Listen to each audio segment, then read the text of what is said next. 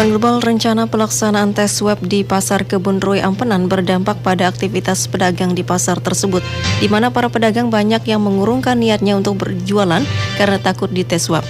Namun pelaksanaan tes swab tersebut untuk sementara waktu ditunda. Hal itu dikatakan Kepala Pasar Kebun Rui Ampenan, Malwi, kepada Global FM Lombok Selasa ini di Mataram. Ia mengatakan jumlah pedagang yang berjualan saat ini hanya 50% dari biasanya. Hal ini disebabkan karena rencana tes swab kepada para pedagang.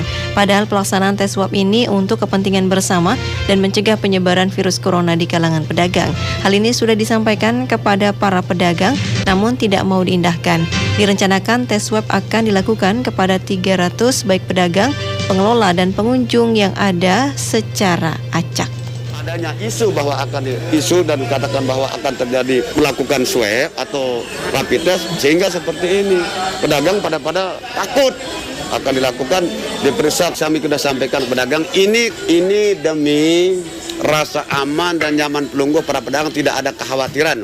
Baik itu para pengunjung dan para pedagang, kalau sudah memang ada yang reaktif maupun yang positif, maka kita tahu siapa dia. Diterangkan Malwi, biasanya mulai dari pukul 6 pagi, suasana pasar Kebun Rui cukup padat. Namun saat ini cukup sepi dari biasanya. Ketakutan pedagang untuk diswab ini karena melihat cara pengambilan lendir melalui lubang hidung. Metode ini dianggap cukup menakutkan. Sementara untuk rapid test atau pemeriksaan darah bisa diterima oleh para pedagang. Karena sebelumnya hal ini juga sudah dilakukan kepada 58 pedagang di pasar Kebun Rui. Sementara itu, salah seorang pedagang bumbu dapur di pasar yang sama, Sahuri mengatakan penolakannya untuk tes swab. Karena ia khawatir jika mengikuti tes swab akan dinyatakan positif terjangkit virus corona.